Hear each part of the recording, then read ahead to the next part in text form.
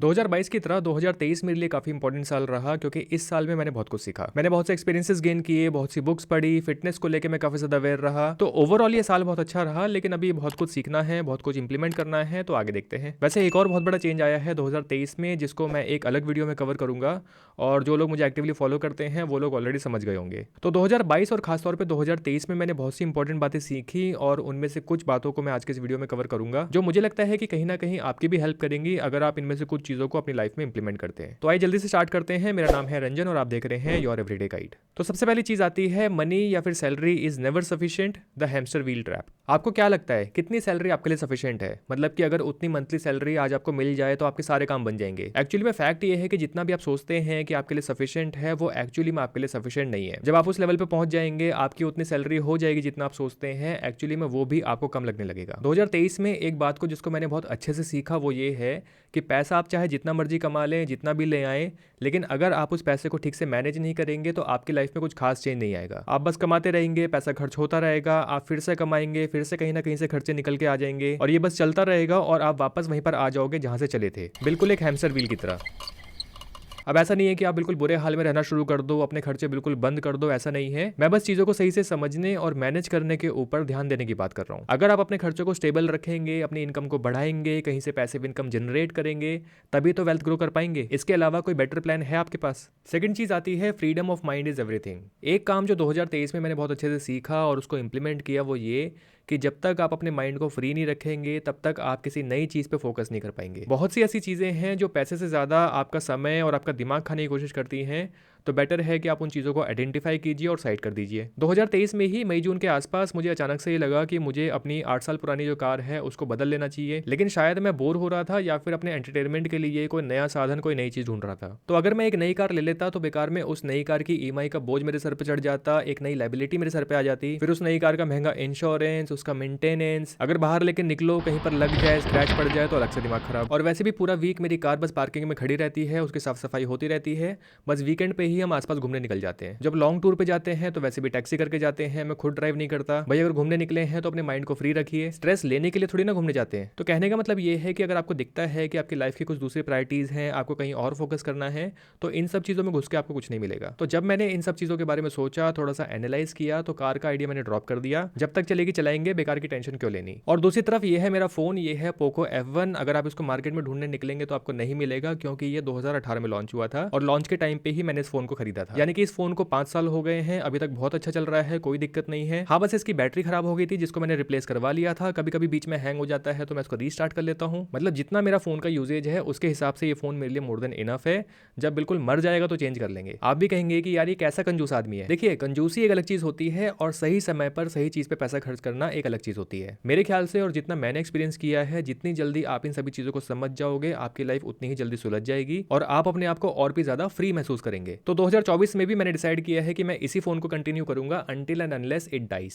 अगला पॉइंट आता है इंपॉर्टेंस ऑफ हेल्थ इंश्योरेंस। 2023 में मेरे फैमिली मेंबर का कैंसर ट्रीटमेंट हुआ, 1 महीने के बाद रेडियोथेरेपी हुई और फाइनली 3 महीने के बाद वो सही हो पाए। भगवान का शुक्र है कि कैंसर अर्ली स्टेज में डिटेक्ट हो गया था, इसलिए वो ट्रीट भी हो पाया और वो जल्दी रिकवर भी कर गए। अब क्योंकि ये ट्रीटमेंट दिल्ली के एक बड़े हॉस्पिटल में हुआ था, तो इस ट्रीटमेंट का जो कंप्लीट खर्चा आया था वो था लगभग 8 लाख रुपए का, जिसमें से मेरी फैमिली को अपने पॉकेट में से पे करने पड़े थे सिर्फ 29,500 रुपए, वो भी हेल्थ इंश्योरेंस के को पेमेंट की वजह से। 2023 में ही मेरी मदर का डबल कैटरैक्ट का ऑपरेशन भी हुआ, जिसका एक्सपेंस आया 70,000 रुपए का। उसमें मुझे अपनी पॉकेट से एक भी रुपया पे नहीं करना पड़ा, सारा खर्चा हेल्थ इंश्योरेंस से ही कवर हो गया था। तो एक अच्छा हेल्थ इंश्योरेंस होना कितना इंपॉर्टेंट है ये मुझे 2023 में जानने को मिला।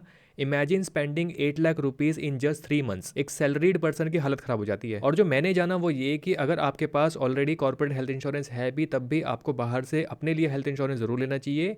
दूसरी चीज़ ये है कि अपने पेरेंट्स के लिए हेल्थ इंश्योरेंस कवर हमेशा आपको बाहर से ही लेना चाहिए। तो अगर आपने अभी तक अपने और अपनी फैमिली के लिए हेल्थ इंश्योरेंस बाय नहीं किया है, तो आप डिस्क्रिप्शन में दिए गए लिंक पर जाकर पॉलिसी बाजार से बाय कर सकते हैं। पॉलिसी बाजार से हेल्थ इंश्योरेंस बाय करने के बहुत से बेनिफिट्स हैं। आप चूज कीजिए कि आप किस किस के लिए हेल्थ इंश्योरेंस बाय करना चाहते हैं। आप सिंपली सभी मेंबर्स की एज डालिए, कंटिन्यू कीजिए, उसके बाद अपनी लोकेशन चूज कीजिए, कंटिन्यू कीजिए। आप सभी हेल्थ इंश्योरेंस कंपनीज की प्लान्स की कंप्लीट डिटेल्स को यहाँ पर देख सकते हैं। अगर आप प्लान्स को आपस में कंपेयर करना चाहते हैं तो आप उनको कंपेयर कर सकते हैं। इन सभी प्लान्स की सभी डिटेल्स को आप प्रॉपर्ली कंपेयर करके यहाँ पर चेक कर सकते हैं। कोई टर्म ऐसी है अगर आपको समझ में नहीं आती है तो आप उस टर्म का मीनिंग भी यहाँ पर समझ सकते हैं। फिर भी अगर आपको किसी भी कंपनी के किसी भी प्लान को लेकर या फिर उसके फीचर को लेकर कोई भी डाउट है तो आप इनके एक्सपर्ट एडवाइजर से बात करके उस डाउट को क्लियर कर सकते हैं। पॉलिसी बाजार से हेल्थ इंश्योरेंस बाय करने का एक बेनिफिट ये भी है कि ये आपको डेडिकेटेड क्लेम सपोर्ट प्रोवाइड करते हैं, जिससे कि आपको हॉस्पिटलाइजेशन या फिर क्लेम लेते टाइम कोई भी इशू ना आए। इनके एडवाइजर्स आपको आपके रिक्वायरमेंट के हिसाब से बेस्ट हेल्थ इंश्योरेंस बाय करने में आपकी पूरी हेल्प करते हैं। इसका लिंक मैंने इस वीडियो के डिस्क्रिप्शन में और अपने पिन कमेंट में डाला हुआ है, आप जाके चेक कर सकते हैं। फोर्थ पॉइंट आता है you don't own things, things own you. लोग सोचते हैं कि जब भी वो कोई चीज खरीदते हैं तो वो उस चीज के मालिक बन जाते हैं, जबकि ज्यादातर केस में ऐसा नहीं होता। ज्यादातर केस में उल्टा ही होता है। जब भी आप कोई चीज खरीदते हैं और खासतौर पर महंगी चीज खरीदते हैं तो वो चीज आपका सिर्फ पैसा नहीं बल्कि आपका टाइम और एनर्जी मांगती है, क्योंकि अपना कीमती समय देकर ही आपने वो पैसा कमाया था। अब आपने एक ऐसी चीज ले ली है जिसको मेंटेन करने के लिए आप अपना समय अलग से और देंगे। तो जैसे कि मैंने कहा था कि आपको किस समय में क्या खरीदना चाहिए ये भी जानना बहुत जरूरी है। कुछ चीजें ऐसी होती हैं जो हमें ट्रैप करके रखती हैं, जैसे कि घर या कार की ईएमआई। घर की ईएमआई आपको 10 साल, 15 साल या इवन 20 साल तक ट्रैप करके रखती है। वहीं पर कार की ईएमआई आपको 7 से 9 साल तक ट्रैप कर सकती है। मतलब आपने ये चीजें नहीं खरीदी हैं, इन चीजों ने आपको खरीद लिया है। ऐसी बहुत सी चीजों को खरीदने के बाद इन चीजों की ईएमआई को पे करने के लिए, वो सारी भरपाई करने के लिए आप दिन रात अगले 7 साल तक या 20 साल तक पे चेक टू पे चेक काम करते हैं, लेकिन ये ईएमआई खत्म नहीं होती। हर वक्त जॉब जाने का डर अलग से सताता है, नहीं तो ईएमआई कैसे पे करोगे। देखिए, घर खरीदना, उसकी ईएमआई देना सही है नहीं है ये बहस हम इस वीडियो में नहीं करेंगे, ये हम किसी और दिन किसी और वीडियो में कर लेंगे। आपके लिए सबसे पहले जानना जरूरी ये है कि आप इस हैमस्टर व्हील से बाहर निकल के आइए। अपनी लायबिलिटीज को, लोन्स को, ईएमआईज को आप जितना कम रखेंगे आपके लिए उतना ही अच्छा है। आपका माइंड उतना ही फ्री रहेगा, आपको एक फ्रीडम महसूस होगा और आप दूसरी चीजों के बारे में अपनी लाइफ में सोच पाएंगे। नेक्स्ट पॉइंट आता है रिड्यूसिंग सोशल मीडिया यूसेज। एक काम जो 2024 में मैं बिल्कुल भी नहीं करना चाहता वो है माइंडलेस सोशल मीडिया स्क्रॉलिंग। 2023 की शुरुआत में अगर मैं ऑनेस्टली बताऊं तो मैंने सोशल मीडिया का यूज बहुत ज्यादा किया है, किसी प्रोडक्टिव काम या फिर वीडियो को पोस्ट करने के लिए नहीं, सिर्फ अपने एंटरटेनमेंट के लिए। मैंने नोटिस किया कि जब भी मैं बोर होता था या फिर मेरे पास अगर कोई खास काम नहीं होता था तो मैं बस अपना फ़ोन निकाल कर फटाफट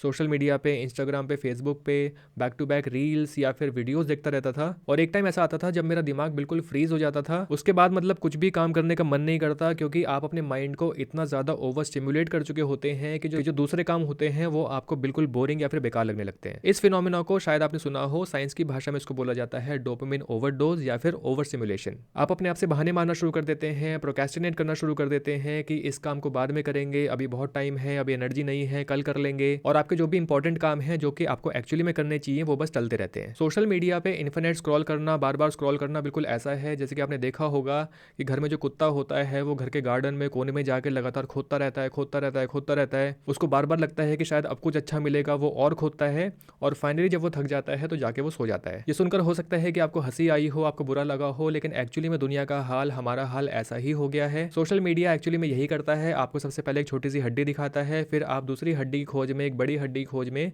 लगातार इधर उधर खोदते रहते हैं। और ये जो कुत्ते वाला एग्जांपल मैंने आपको बताया है, ये एग्जांपल एक्चुअली मेरा नहीं है। मैंने यूट्यूब पे एंड्रयू हुबरमैन की एक वीडियो देखी थी, शायद आपने भी देखी हो, जिसमें उन्होंने इस चीज को इसी फनी एग्जांपल से बताया था। If you saw an animal digging in the corner, looking for a bone, the dog is looking,